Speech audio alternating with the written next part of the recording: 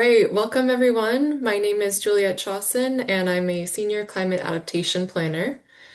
We're so glad that you're here with us for our next webinar in our Subregional Plan Essentials series. This webinar series was developed in response to questions we've been hearing from local governments about their subregional plan development. It's designed to help jurisdictions understand what is expected for each element submission of their subregional plan and to provide guidance on how to approach them. Today, we're going to focus on Element C, the vulnerability assessment. This session is a little different than previous webinars because we will be doing a breakout group exercise. To support that, we are in a Zoom meeting rather than a Zoom webinar, so we ask that you please be respectful and keep your microphones muted throughout the presentation. If you haven't already, please update your Zoom name to include your name and affiliation. As a reminder, this webinar is being recorded and we will share the slides and video on our website after the session.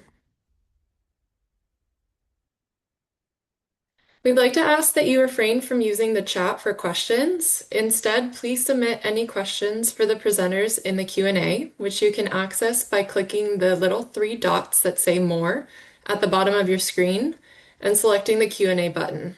You can submit questions at any time, and we'll do our best to address them at the end of the webinar. If we're unable to answer all the questions during the session, we will post responses on our website afterwards.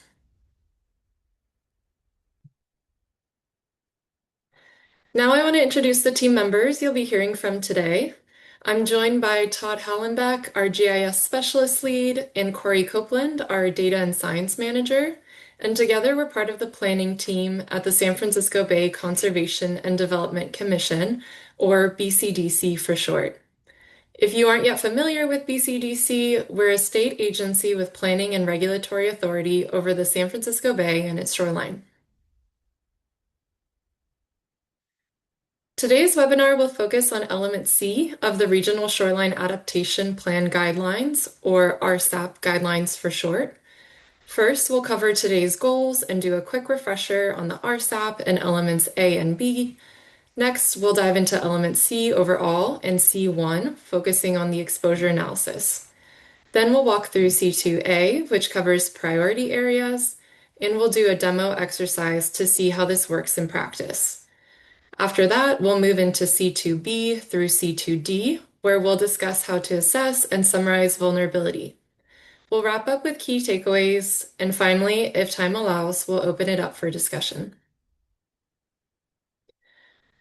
Today's webinar has four main goals. First, we'll explain the purpose of Element C and why the vulnerability assessment matters. We'll also show how to map exposure and identify priority areas for more detailed analysis. Then we'll introduce the key components of vulnerability, which are sensitivity, adaptive capacity, and consequence.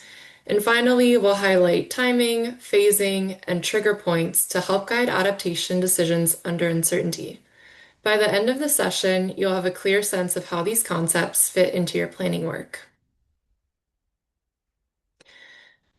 Before we dive in, we're going to do a quick refresher of some key context to help set the context. The Regional Shoreline Adaptation Plan, or the RSAP, guides local sea level rise planning and helps ensure compliance with Senate Bill 272. The RSAP includes guidelines, which outline all the required components for preparing a subregional shoreline adaptation plan. These subregional plan guidelines are organized around plan elements and minimum standards. There are 7 elements, A through G, that make up a complete subregional plan. Element A spans the entire plan and documents the planning process, showing how the plan was developed and who was involved. Elements B and C focus on understanding the local context, including existing conditions and vulnerabilities. Finally, elements D through G focus on selecting adaptation strategies and moving them towards implementation. This structure ensures that each plan reflects local conditions while following a consistent framework that aligns with regional priorities. Today, we're going to focus on element C. Now let's look at minimum standards. These are essential requirements that every subregional plan must meet. There are 4 minimum standards. First are the coastal flood hazards and sea level rise scenarios. Plans must include these hazards and sea level rise scenarios at a minimum, although local jurisdictions may include additional coastal hazards and sea level rise scenarios beyond these in their plans. The minimum categories and assets standard ensures that risk evaluation and adaptation strategies are responsive to essential assets and services. Then the equity assessment ensures plans evaluate impacts on vulnerable populations and integrate equity throughout the planning process. Finally, the adaptation strategy standard guides the selection of strategies that are practical, effective, and promote long-term resilience. Taken together, these standards maintain consistency across jurisdictions, establish a regional baseline, and ensure that plans are scientifically sound, equitable, and actionable. Now that we've reviewed the RSAP, plan elements, and minimum standards, let's quickly recap our last webinar from February 11th. If you missed it, you can check it out on our YouTube channel. And in that session, we covered element A, which focuses on the planning process, including designing, implementing, executing, and documenting your plan. We also covered element B, which looks at existing conditions, helping you identify baseline local conditions that shape vulnerability in your community. These set the stage for today's focus on element C, where we'll start analyzing exposure and understanding community and asset vulnerabilities. I also wanted to point out a few key resources that we'll be referencing in this element.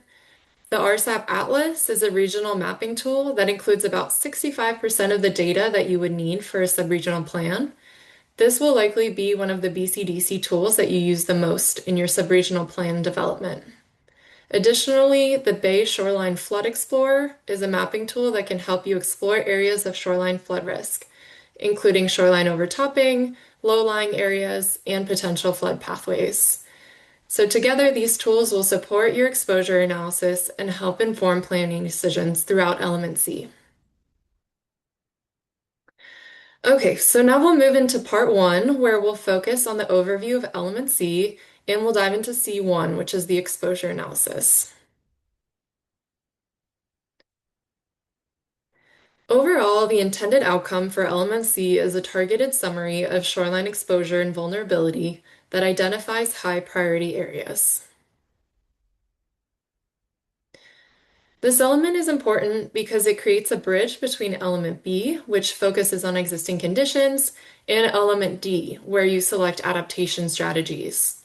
It grounds your adaptation decisions by helping you identify which assets and communities need protection.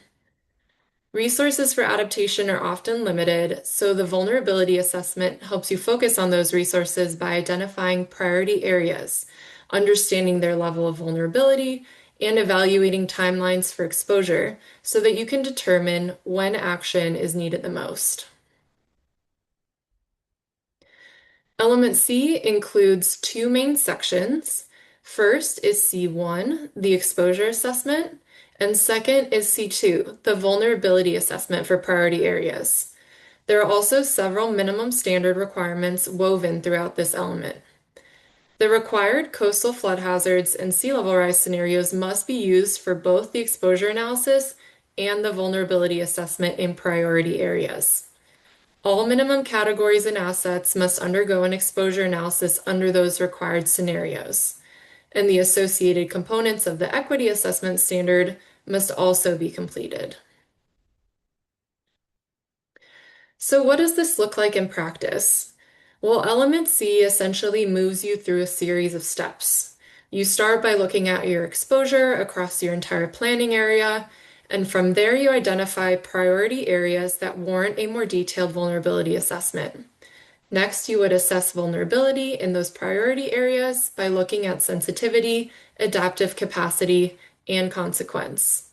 And finally, you would summarize exposure, vulnerability, and timing across scenarios. This process allows you to narrow your focus to areas that matter the most for adaptation. The RSAP Atlas supports the initial requirements of Element C. It helps you get started, but it does not complete the full vulnerability assessment for you. Through the Plan Assistant, you can generate maps and summaries of exposure under C1A. The atlas also allows you to map strategic regional priorities, bayland habitats, and vulnerable communities. These tools provide a strong foundation for your analysis, but additional local data, interpretation, and assessment will still be needed to fully meet Element C requirements. Okay, now diving into sections of C is the C1, which is the exposure assessment. So in C1A, you will map and summarize the exposure of all minimum categories and assets to the required coastal flood hazards and sea level rise scenarios. At a minimum, this includes the 0.8 feet of sea level rise by 2050, 3.1 feet by 2100, 4.9 feet by 2100, and 6.6 feet by 2100. You should also include any additional assets identified by communities or affected parties in Element B3. Other hazards and scenarios can be added if they are relevant to local conditions and assets. And be sure to complete the equity assessment standard to describe how vulnerable community assets were incorporated. When approaching the exposure assessment, start by using existing analyses to avoid duplicating work. BCDC will accept predefined deviations from the standards and may consider other exceptions on a case-by-case basis. You can use the RSAP Atlas to help map and summarize exposure.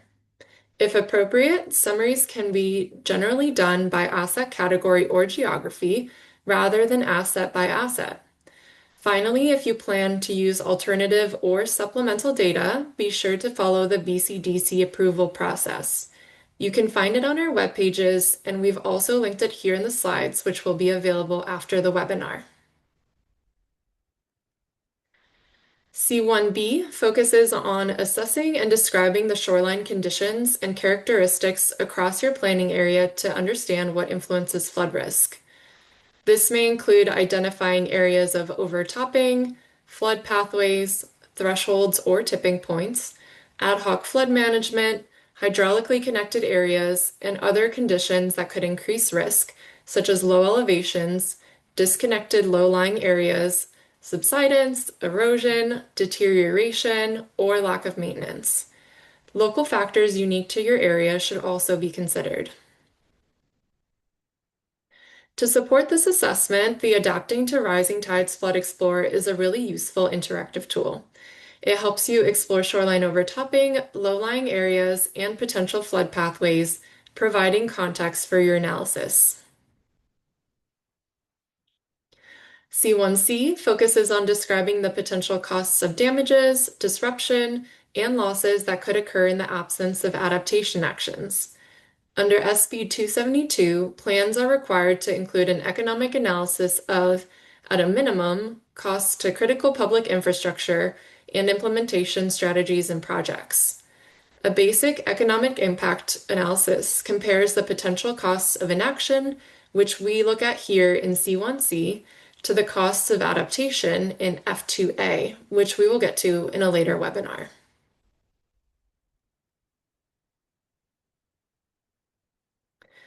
You can approach this in several ways, but you may want to start at the minimum categories and assets exposed in your 2100 high or 6.6 foot scenario. What valuations can you associate with the exposure? For example, you could consider the value of parcels or infrastructure exposed, or financial metrics associated with service disruptions or ecosystem services. Your description can be a high-level order of magnitude estimate and may include quantitative, qualitative, or non-financial metrics. Be sure to note any caveats or assumptions in your estimates. This value provides a useful baseline for comparing the costs of different adaptation strategies to the costs of inaction. When preparing your Element C submittals, use the checklist to confirm that all vulnerability assessment requirements are addressed. Submittals don't need to follow the exact order in the guidelines as long as all required information is included. Maps can be combined into a single file or submitted separately. The equity assessment can either be embedded within the submittal or submitted as a separate document. Any alternative approaches should be discussed and approved by BCDC before submission. Okay, and now I'm going to pass it over to Todd, who will guide us through part 2. Great, thanks, Juliet. In this section, I'll cover C2A, focusing on priority areas, and lead us into a breakout exercise so you can see how to apply these concepts in practice using the RSAP Atlas. So identifying priority areas helps focus your assessment on locations where a full vulnerability analysis is most needed, including assessing sensitivity, adaptive capacity, and consequence. This ensures that resources are used where they have the greatest impact while reducing effort in low risk or low priority areas. Priority areas also guide where adaptation strategies should be developed in more detail, making the overall assessment more efficient and targeted. C2A focuses on mapping and describing priority areas within your planning area. These are the locations where a more detailed vulnerability assessment will be conducted, looking at sensitivity, adaptive capacity, and consequence. When identifying priority areas, you're required to start with exposure to the 0.8-foot sea level rise scenario for 2050. You must also include applicable strategic regional priorities, vulnerable communities, valence habitats, and any locally identified significant high priority populations, assets, or services. It's also important to complete the equity assessment standard to show how community input shaped these priority areas. When identifying priority areas, you don't need to start from scratch.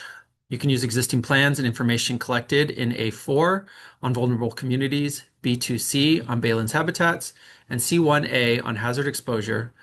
The RSAP Atlas can be a helpful tool to map and visualize this information, which we'll dive into next for our demo and exercise. Use community input and local expertise to refine your priorities, and be sure to document the reasons why each area was selected. This ensures your process is transparent and grounded in local knowledge. To help us put this all together, we're going to be doing a short exercise in breakout groups using the RSAP Atlas. This exercise is intended to walk you through how to analyze exposure to coastal flood hazards and sea level rise scenarios for your jurisdiction. It will also simulate the steps you might take to evaluate some of the information necessary for identifying priority areas. It's important to note that this exercise does not cover. It will not evaluate all the data layers required by the priority area criteria, and it will not demonstrate the additional step of assessing the vulnerability of the priority areas. The purpose is to give you a practical, hands-on sense of the exposure analysis process without doing a full detailed assessment. Before we jump into the breakouts, let's watch a short demo about how to use the RSAP Atlas to inform RSAP Element C.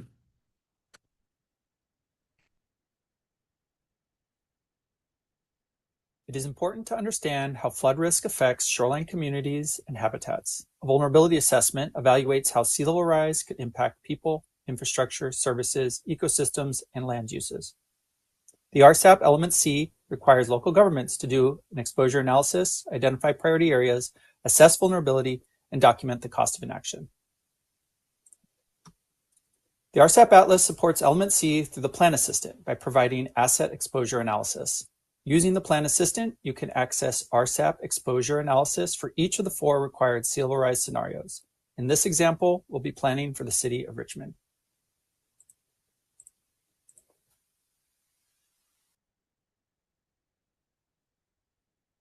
Next, let's select RSAP Element C and a topic to get started. In this example, we're mapping critical infrastructure exposed under the 0.8-foot sea level rise scenario.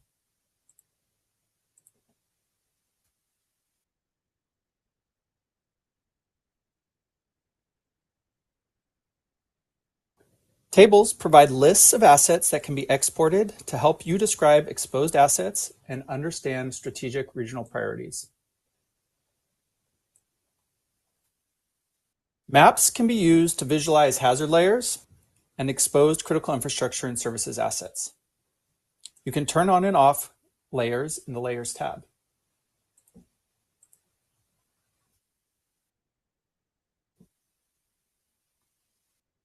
Stats help you summarize exposure within your jurisdiction and across the region.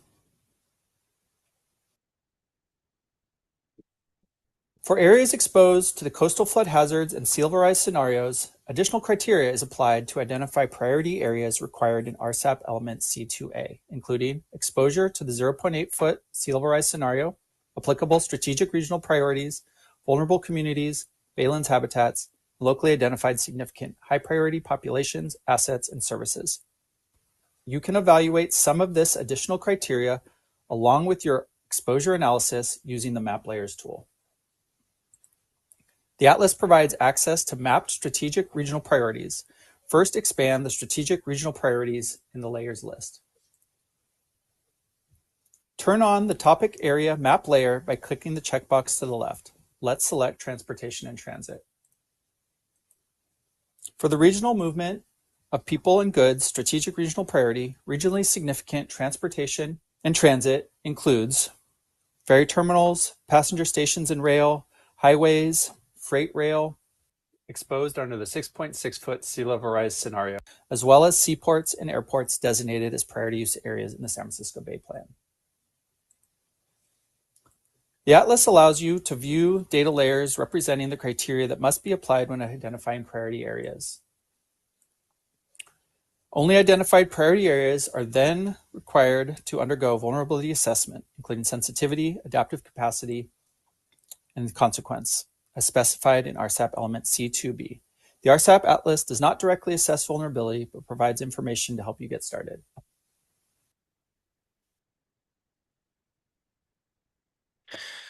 Great. Well, hopefully that demo provided a little bit of an orientation to how we'll be using the Atlas to support this element.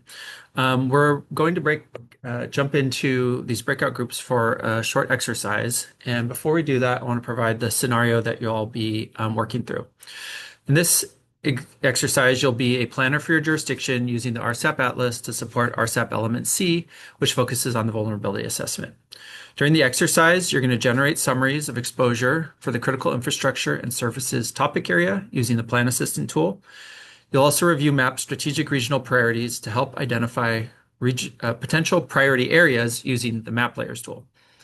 The detailed exercise instructions are included in the linked worksheet. The exercise should take about 15 minutes to work through. Each breakout group will have a BCDC lead to help answer any questions you might have. So with that, I think we can get into it. Okay, good. I think we are all returning from the breakouts. So thank you, everyone. I hope that exercise gave you a bit of a hands-on sense of how the Atlas can help you explore exposure and identify priority areas in your jurisdiction. You learned how to generate and review exposure analysis using the Plan Assistant tool, as well as how to visualize and evaluate the map layers representing strategic regional priorities using the Map Layers tool. So in a real planning process, you would also consider those layers representing all the minimum categories and assets exposed to the 0.8-foot 2050 sea level rise scenario, all the applicable strategic regional priorities, vulnerable communities, Baylands habitats, and locally identified significant high priority populations, assets, services as applicable. The RSAP Atlas is still in sort of a beta phase. And so we are actually eager, both through your experience using the tool in this exercise, as well as any of your exposure to it through your own planning work, to get additional feedback for how it's working for you so we can work to improve it in the coming months. Now that we've practiced using the tools, I'm going to pass it to Corey to guide us through part 3. Thanks, Todd. In part 3, we will work through sections C2B through C2D, focusing on how to assess and summarize vulnerability. In C2B, assess vulnerability, you'll be describing the vulnerability of assets, populations, and services within the priority areas you identified in C2A across your entire planning area. When describing vulnerability, there are 3 important elements from the guidelines to keep in mind. The first is sensitivity. This refers to the degree to which conditions, functions, or performance of an asset are negatively affected when it's exposed to a hazard.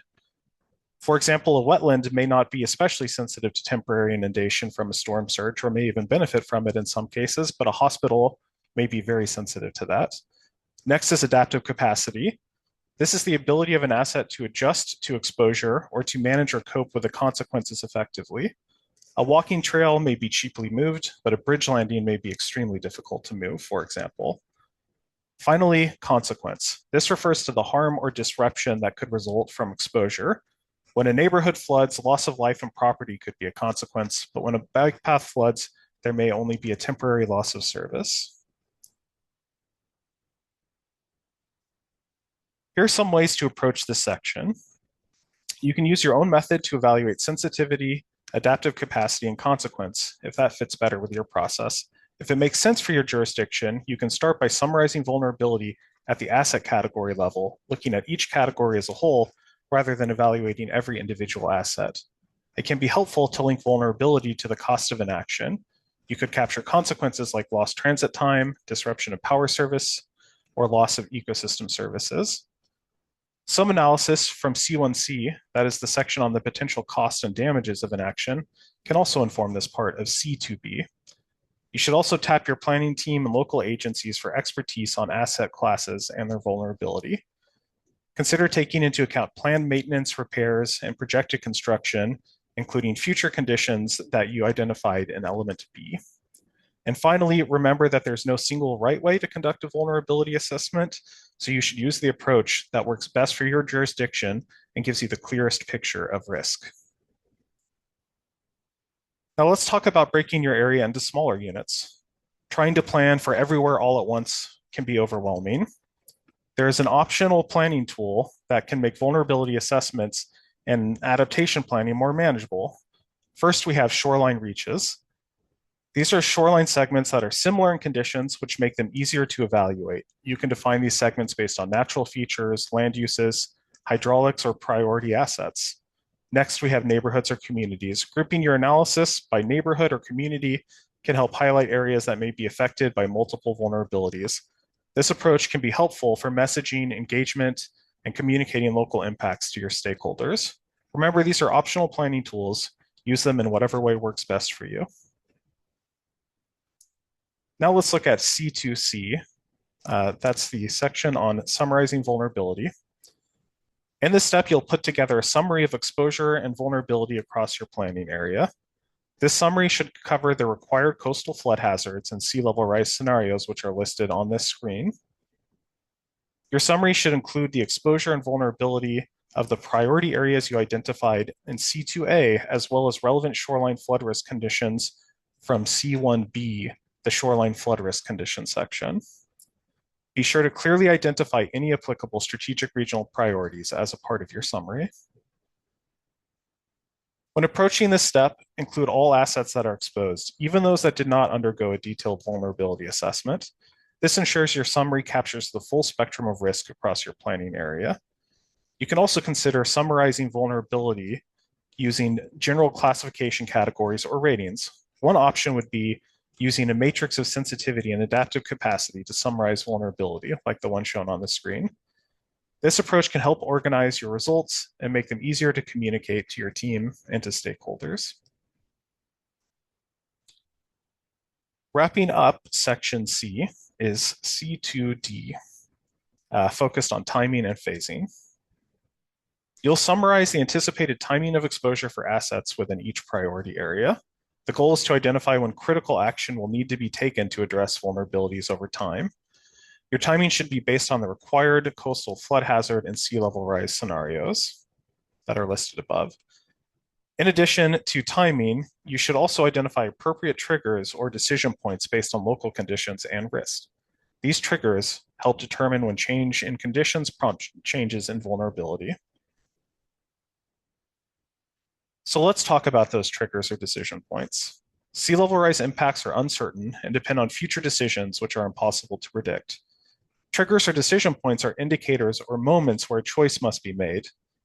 By summarizing timing and phasing this way, you provide a clear picture of when actions are needed and what factors will signal the need for those actions, helping your jurisdiction plan more proactively for changing conditions, no matter how uncertain they may be.